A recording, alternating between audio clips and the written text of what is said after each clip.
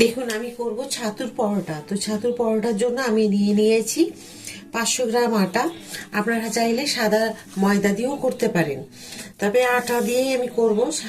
আটা দিয়ে করলে এমনি ভালো, সেই কারণে ময়দাটা খুব একটা খাই না। তো সেই জন্য আমি এখানে দিয়ে দিলাম পরিমাণ মতো নুন,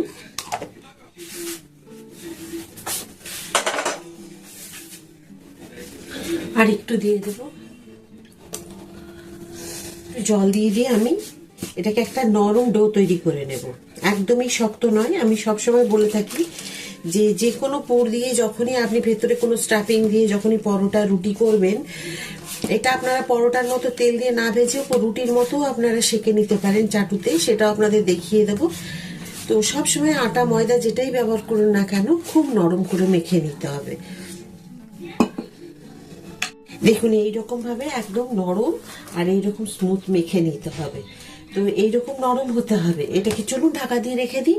দেখুন আমি ছাতু নিয়েছি 500, আটার জন্য আমি নিয়েছি 200 গ্রাম ছাতু। কারণ স্টাফিংটা একটু বেশি ভরে ভরে না দিলে কিন্তু ভালো লাগবে না। আপনারা ভাববেন ভরে কি করে দেবে, বেরিয়ে যাবে, তো না, একদমই বেরোবে না। দেখুন আমি একটুখানি দিয়ে দিলাম মৌরি, একটুখানি দেব দেখুন জোয়ান, দেব পরিমাণ মতো নুন। নুনটা খুব একদম বুঝে শুনে দেবেন। আমি নুনটা দিয়ে দিয়েছি, ভিডিওটা আমি অন করতে ভুলে গেছিলাম। দেখুন নুন দেখা যাচ্ছে, আমি নুন দিয়েছি এখানে। তো পরিমাণ মতো দিয়ে দিতে হবে। তবে এখানে চিনির গুঁড়ো, এটা আপনারা যে নিজেদের ইচ্ছে মতো করে নেবেন, যেরকম মিষ্টিটা খেতে ভালোবাসেন সেই রকম। তা আমরা ছাতুর যে পুর দেওয়া বা অন্যান্য যে স্টাফিং দেওয়া, যে ভেতরে পুর দিয়ে যেটা করি আমরা, একটু হালকা মিষ্টি থাকে আমাদের। এখানে আমি আদা দিয়ে দেবো। দেখুন এতটা আদা, এতটা দেবো না, একটুখানি রেখে দেবো। তবে আদা কিন্তু আপনারা গ্রেট করেও দিতে পারেন বা বেটেও দিতে পারেন, আদা কিন্তু দিতেই হবে। বাকি সবটুকু দিয়েছি।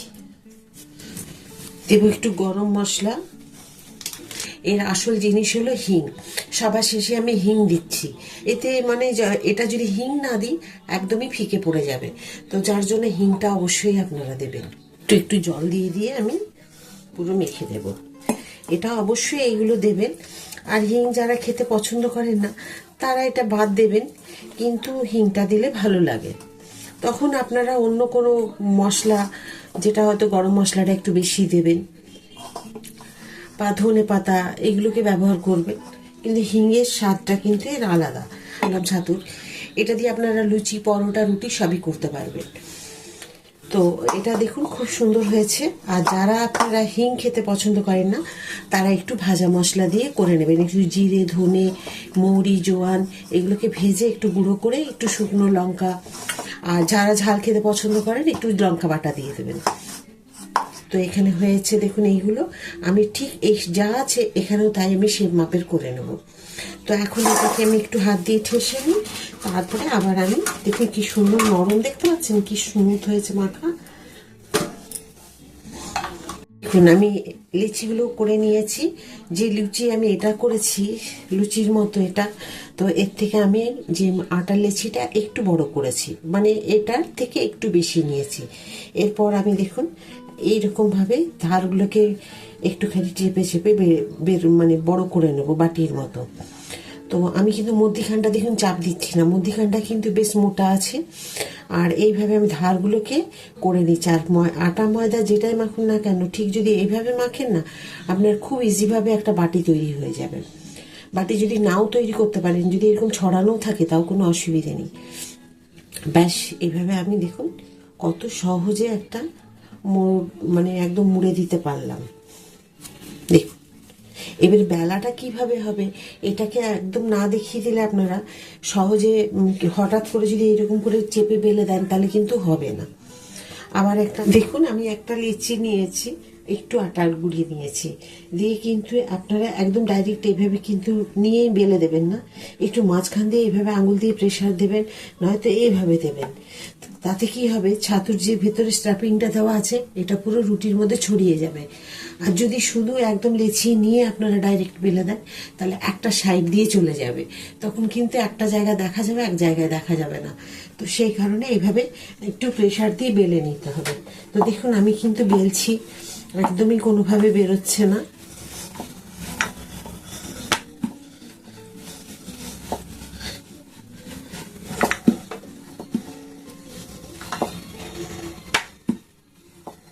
প্রেসার দিয়ে দেবেন, তাতে কি হবে, পুরো ভেতরে ছড়িয়ে যাবে।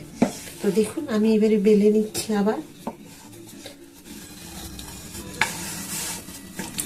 আপনাদের কোনোভাবে বেশি লাগবে না, এই দেখুন এত মানে সুন্দর হয় না, পুরো দুখোল হয়ে ফুলে যাবে। দেখতে পাচ্ছেন কিরকম স্টাফিংটা ভেতরে ছড়িয়ে আছে, আপনারা বেলার সময়তেই দেখতে পাবেন।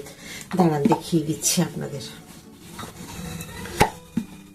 খুব ক্লোজে আমি দেখিয়ে দিচ্ছি। এই দেখুন, এই দেখুন, এই যে আপনারা দেখতে পাচ্ছেন কিনা জানি না, দেখুন একদম পুরো ভেতরে ছড়িয়ে যাচ্ছে। তা নাহলে কি হবে জানেন তো, একটা সাইডে যে কোনো চলে যাবে, আর তখন খেতে ভালো লাগবে না। দেখুন এখন আমি তেল দিইনি, তাতে কিন্তু কি সুন্দর ফুলে গেছে। তা আপনারা চাইলে যদি তেল ঘি খাওয়া পছন্দ না করেন, যদি আপনাদের না মানে খাওয়া চলবে না, তাহলে কিন্তু এরকম ভাবে রুটির মতো সেঁকে নিতে পারেন। ওই জন্য আপনাদেরকে বলেছিলাম যে তেল ঘি যে কোনো জিনিস যদি আপনারা অ্যাভয়েড করেন, তাহলে কিন্তু এভাবে রুটির মতো সেঁকে নিতে পারবেন। দেখেছেন প্রত্যেকটা এইভাবে ফুলে যাবে। দিয়ে আপনারা কিন্তু আচার বা সবজি যে কোনো কিছু দিয়ে বা সস দিয়ে খান, খুব ভালো লাগবে, বা ছোলার ডাল যে কোনো দিয়ে আপনারা খেলে কিন্তু ভালো লাগবে। তো এইভাবে করে নিতে পারেন। যদি মনে হয় ঘি দেবেন, আমি সাদা তেল দিয়ে ভেজে নিচ্ছি, তো আপনারা চাইলে ঘি দিয়েও ভেজে নিতে পারেন। তো যেটা আপনাদের মন চাইবে আপনারা সেটা দিয়ে খেতে পারেন।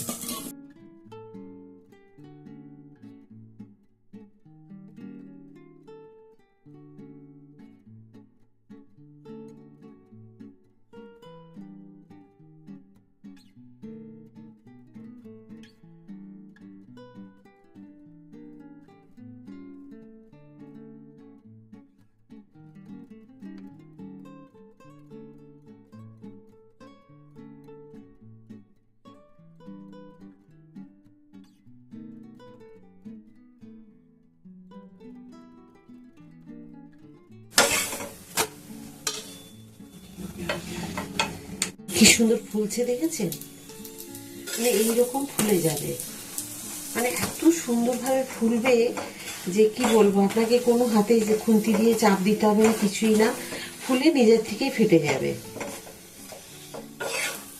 এই দেখুন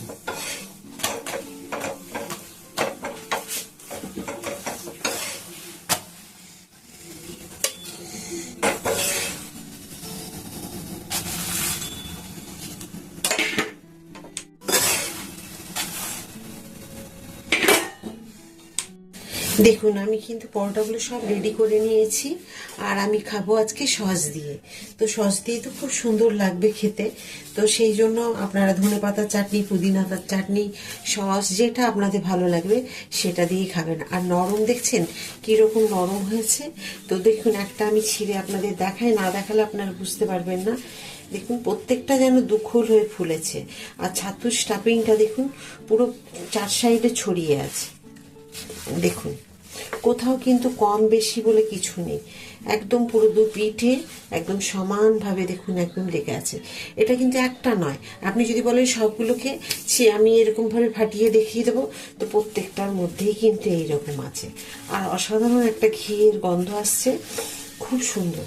তো কেমন লাগলো আপনাদের আজকে বলুন, এই আমার আজকে ছাতুর পরোটা। ছাতুর পরোটা যদি আপনাদের ভালো লাগে অবশ্যই কিন্তু আমাকে কমেন্ট করতে একদম ভুলবেন না। তো আর ভিডিওটাকে কিন্তু প্রচুরভাবে শেয়ার করে দিন, যাতে আমার প্রত্যেকটা ভিডিও কিন্তু প্রত্যেকের কাছে পৌঁছে যায়। আর প্লিজ লাইকটা করে দেবেন মনে করে, একদম ভুলবেন না। তো আমি আপনাদের কাছে আবার একটা নতুন ভিডিওতে আপনাদের সাথে আমার দেখা হবে। আপনারা সবাই খুব ভালো থাকুন, এই বলে আজকের ভিডিওটা আমি এখানে শেষ করছি। নমস্কার।